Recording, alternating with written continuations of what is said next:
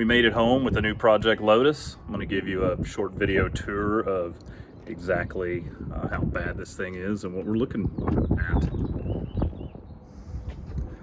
Obviously the paint is completely wrecked. You can see my freshly painted wheel with new tire on the back. I wasn't able to get the front wheels at the time, so it's actually wearing its original spare on this side, and the other side has the spare from my 90 model Esprit. And I don't know what these are that's growing on the body. They're like if it was a boat, I would say they're barnacles. So the good news is we really don't have any body damage. There's a couple of deep scratches on the hood, and I noticed this bit of damage right here. So on the front fender, not that bad actually. The interior, of course, is completely totaled. I'm going to be working in the very near future to get all of that ripped out and figure out what we can recover and what we just need to replace.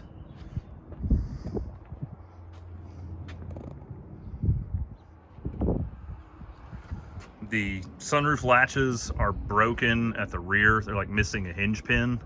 I can machine something up in the lathe. So we had to actually pull the sunroof off to tow it home. So I just have it sitting on the top of the car. It's not like it's gonna hurt the paint. So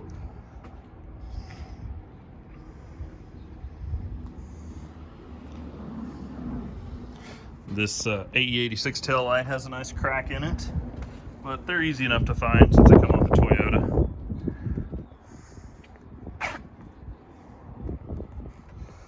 Interior's trying to grow its own new carpet. It's like a chia pet inside here. Ooh, I just noticed this cassette tape in the floorboard. Any guess what it is? Let's see.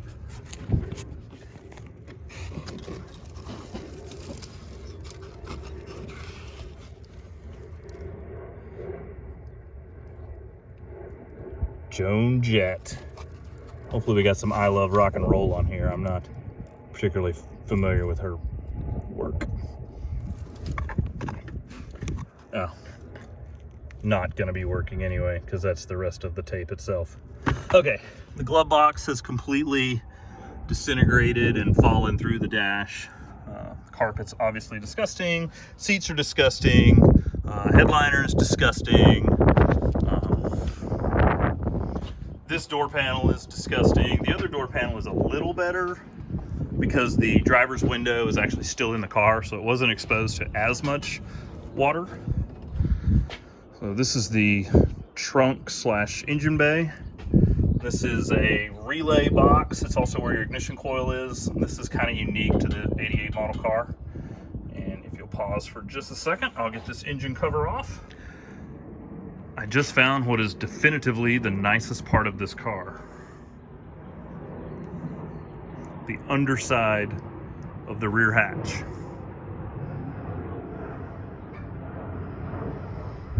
Now, back to the rest of the awful. This is the engine. We're covered in dirt, debris, animal nests, all kinds of stuff. But everything appears to be there. It doesn't look like the car was parted out or anything before it was parked. I do see a little bit of wiring damage on the warm-up regulator, looks like, but I don't think that's too bad. This is the Bosch mechanical fuel injection. It's similar to what was used on Ferraris of the same time period, Mercedes, Volvo, stuff like that. You can't see in this video, but I've been under the car and the primary fuel pump is definitely missing, which hopefully means that at least the right side gas tank is completely drained and might not be completely rusted, but I highly suspect that installing new fuel tanks is in my future.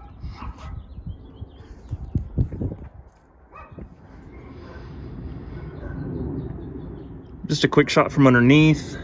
I can actually stick this in a little further than I can see. Both fuel pumps, the primary and the secondary pumps, are missing. I only see a bracket for one of them right now, so I'm not even sure where the other one goes yet. The fuel accumulator is still in place, and I felt around in the dark up there, and it feels like there's a fuel filter still in place. So before we get much further, we'll have to get these parts.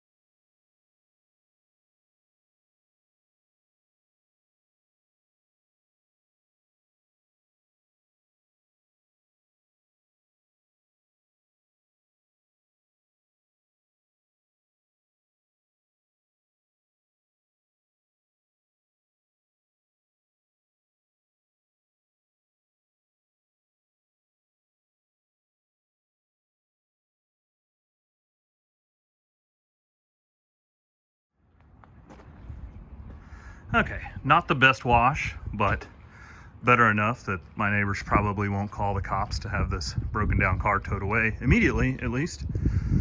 After the time lapse of the pressure wash video, I went over it with a Chemical Brothers foam cannon and a microfiber mitt.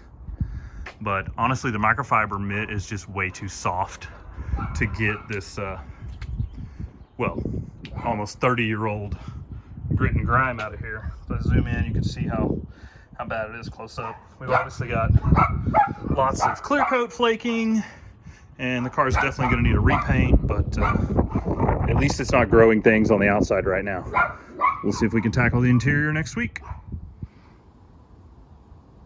As it's drying, you can see that it is really pink and chalky, and the clear coat has completely failed on the car, and it's flaked off. Fortunately, on most of the car, I'm gonna have to sand it off to paint the car eventually.